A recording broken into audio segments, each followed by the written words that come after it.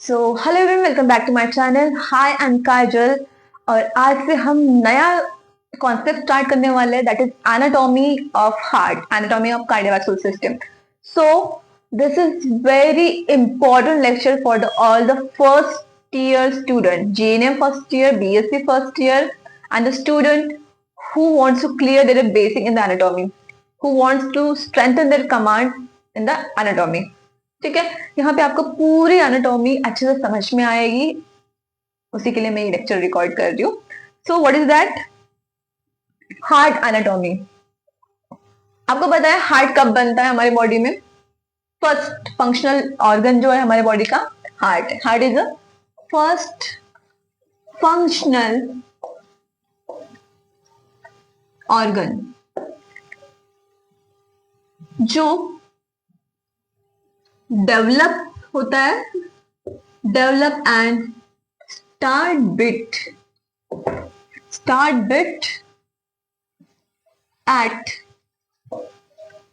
Third week and 21 day of embryogenesis. So हमारे human body में जब प्रेगनेंसी कंसीव होती है, तब हार्ट ही वो पहला ऑर्गन है जो सबसे पहले डेवलप होता है, बीट करना स्टार्ट करता है और साथ ही में ब्लड पंप करना स्टार्ट करता है। कितने? थर्ड वीक में या फिर 21 डेज में। एम्ब्रियोजेनेसिस जब फिटस बनता है, बनने के 21 डेज में ही हार्ट सबसे पहले बनता है, सबसे पहले डेवलप होता है, बीटिंग स्टार्ट करता है, बीट होना स्टार्ट कर देता है और साथ ही में ब्लड पंप करना स्टार्ट देता है। ठीक है, 21 डेज मतलब क्या होता है? 3 वीक्स। ठीक है, so this is heart. Heart is the first functional organ in the human body. इतना क्लियर है? अभी उसके बाद हार्ट मेसोडर्म से बनता है।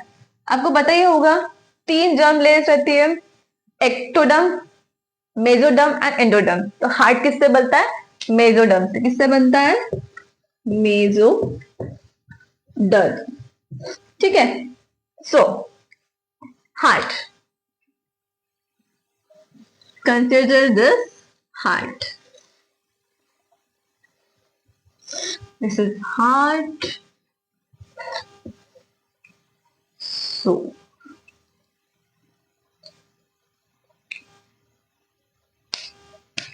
So this is inferior vena cava and this is superior vena cava. So inferior vena cava is the first, largest and the longest vein in the body. क्या है ये? First, longest and largest vein. So inferior vena cava है first, longest and largest vein in human body. ठीक है, then superior vena cava is second largest vein. अगर largest vein पूछा जाए तो आपको पता होना चाहिए इंफीरियर वेना कावा लॉन्गेस्ट भी है और लार्जेस्ट भी है, फर्स्ट वेन। सुपीरियर वेना कावा second largest and longest when of human body. उसके बाद में आर्टरी। आर्टरी कहां से जाती है? आर्टरी जाती है आपके लेफ्ट वेंट्रिकल से। ठीक है, तो दैट इज अओर्टा। क्या है? Aorta. So aorta is largest and longest artery of human body. Aorta क्या है? Aorta is largest and longest artery of human body. उसके बाद में अओर्टा के बाद में क्या आता है? अओर्टा के बाद में आता है आर्टरी। अओर्टा से क्या बनती है? आर्टरी। आर्टरी से क्या बनते हैं? उससे भी स्मॉलर रहती है आर्टरियोल्स। उससे भी स्मॉल क्या रहती है? आर्ट्रियोल्स। आर्ट्रियोल्स के बाद में आती है कैपिलरी। क्या आती है? कैपिलरीज। आर्ट्रियोल्स और कैपिलरीज के बीच में कहते हैं मेट आर्ट्रियोल्स। सो आर्ट्रियोल्स को कैपिलरीज से जोड़ने का काम मेट आर्ट्रियोल्स नाम की वेसल्स करती है। इतना याद रहेगा आपको, ठीक है। अरोटा, अरोटा से आर्टरी, ठीक है। अरोटा लार्जेस्ट आर्टरी है, लार्जेस्ट, ठीक है, लार्जेस्ट एंड लॉन्गेस्ट है। उसके बाद में आर्टरीज में आता है उसका ब्लड, देन आर्टरीज से आर्ट्रियोल में ब्लड आता है, आर्ट्रियोल से कैपिलरीज में ब्लड आता है।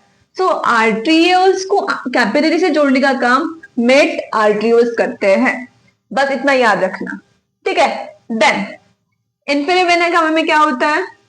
कैपिलरीज से ये जो ब्लड है कहां पे आएंगे?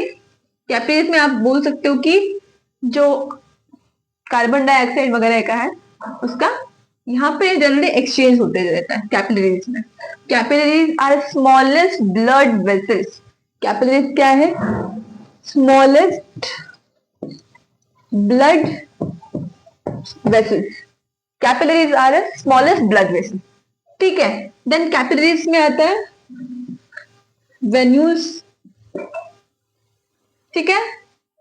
वेन्यूज के बाद में आते हैं वेन्स, ठीक है। देन आता है आपका इंफेरियर वेना कावा। क्लियर है? ये पूरा आपका आ गया वेन, आर्ट्रियोल्स, आर्टरीज, कैपिलरीज, ये सारा इसमें आ गया, ठीक है। आपको अभी इतना क्लियर हो जाना चाहिए कि आर्टरीज क्या है, लार्जेस्ट आर्टरी क्या है, लार्जेस्ट आर्ट्रियोल्स क्या है, ये पूरा क्लियर हो जाना चाहिए अभी तक तो, ठीक है। This is all about the arteries. अभी पढ़ेंगे हम कैपिलरीज।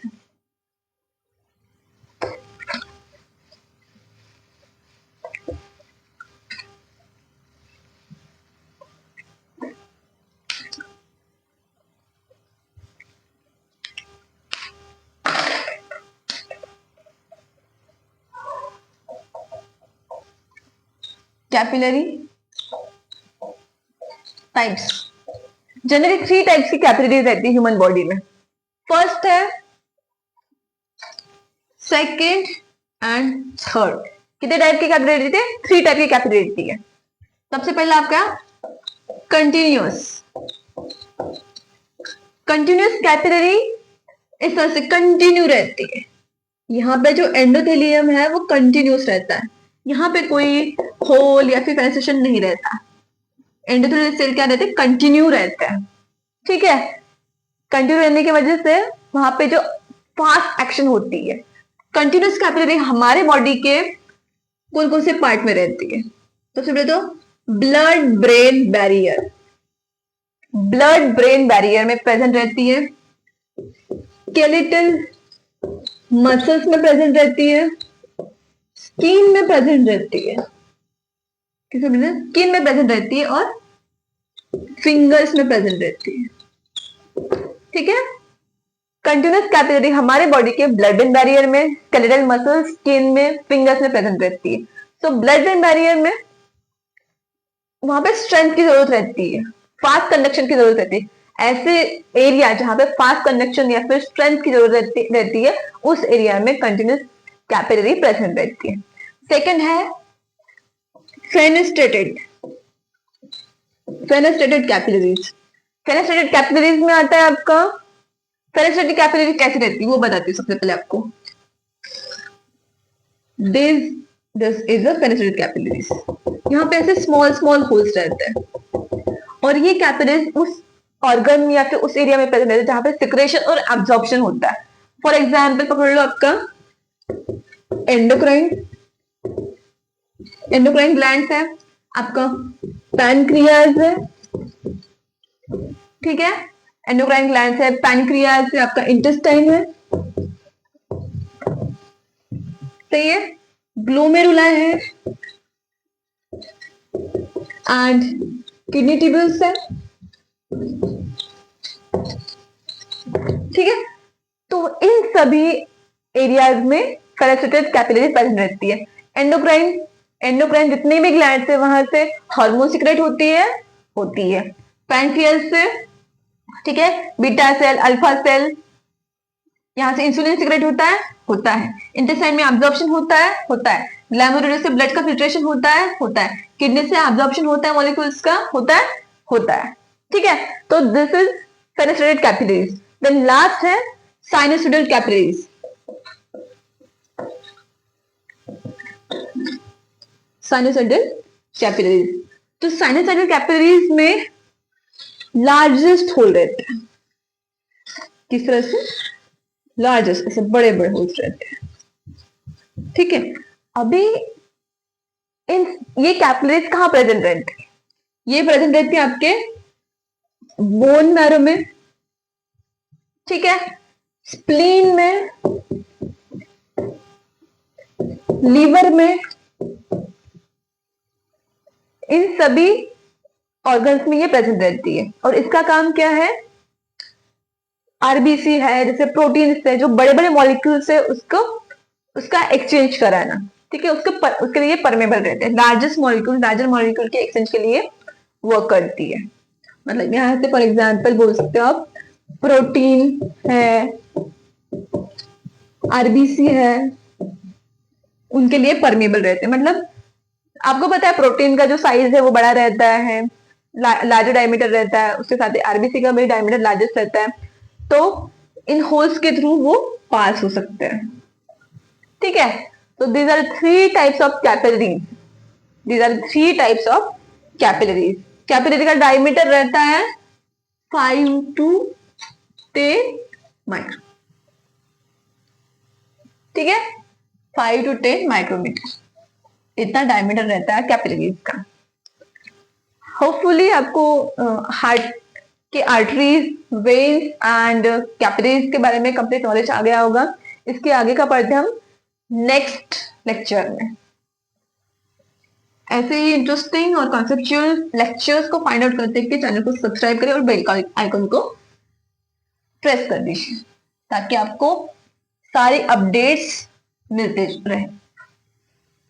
मिलते हैं नेक्स्ट लेक्चर में, तब तक के ध्यान रखिए अपना।